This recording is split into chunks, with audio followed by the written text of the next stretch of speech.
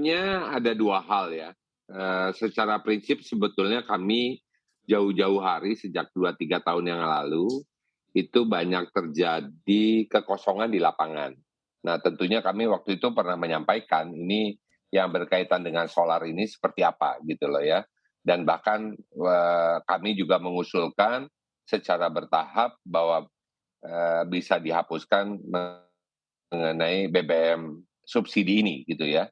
Jadi supaya tidak ada kejutan pada akhirnya, pada situasi yang pasar yang sebagaimana mestinya. Karena ini akan berdampak secara, ada efek dominonya gitu ya, ada efek secara langsung maupun efek secara tidak langsung, seperti itu. Baik, artinya secara umum sebenarnya dari asosiasi logistik ini setuju apabila BBM subsidi ini dinaikkan?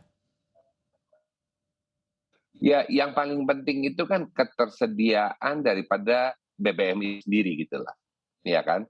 Ada subsidi, tapi juga di lapangan saya menerima dari 34 provinsi, DPW Alfi itu banyak terjadi keluhan. Dan ini bukan sekarang saja, sudah terjadi 1 2 tahun yang lalu pun tidak semua pastinya gitu ya, tapi ada beberapa titik yang mendapatkan kesulitan dan berdampak pada sebuah antrian yang cukup panjang, seperti itu. Baik, tapi apakah ada kekhawatiran dari asosiasi apabila ternyata BBM subsidi ini dinaikkan, maka akan berpotensi juga menyebabkan kenaikan harga atau mengganggu kinerja? Sudah pasti ya. Jadi tadi saya sampaikan kan ada efek secara langsung maupun tidak langsung ya. Jadi faktor komponen BBM ini mempresentasikan gitu ya 40% daripada kegiatan angkutan darat itu sendiri. Itu yang pertama. Artinya berapapun koefisiennya kenaikan BBM akan berdampak sangat besar. Yang kedua, efek tidak langsung pastinya akan terkerek beberapa biaya termasuk misalnya spare part di sana, maintenance dan lain-lain.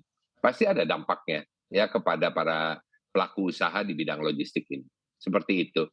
Dan tentunya akan ada tekanan, ada sedikit tekanan juga kepada kinerja logistik pastinya gitu ya. Antara lain saya sampaikan bahwa komponen BBM ini seperti yang saya sampaikan sebelumnya gitu ya, angkutan darat ini cukup tinggi. Seperti kita ketahui distribusi barang dengan moda transportasi darat secara nasional masih didominasi oleh angkutan darat. Yang kedua, belum lagi respon pasar pengguna angkutan yang pada dasarnya free market, seakan ini akan memberikan beban penggeseran harga akibat kenaikan harga BBM kepada pelaku penyedia jasa angkutan karena mereka menganggap dasar kenaikan hanya harga BBM semata sebagai akibat langsung.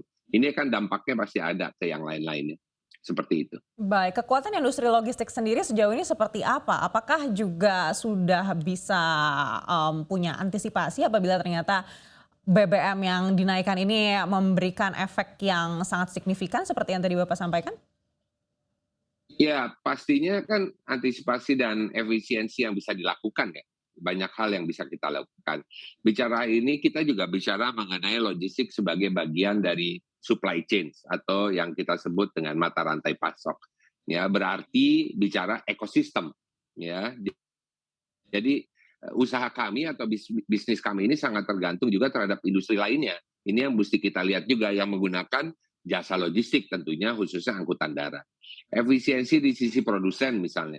Sebagai konsumen kami berarti efisiensi dalam bisnis kami.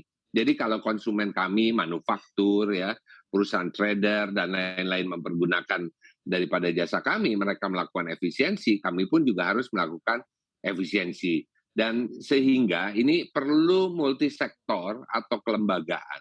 Ini memastikan bisnis logistik berkelanjutan ya, misalnya tidak hanya di Kemenhub semata, tapi juga Kemendak, Kemenperin, Kemenkyu dan bahkan yang lain-lain.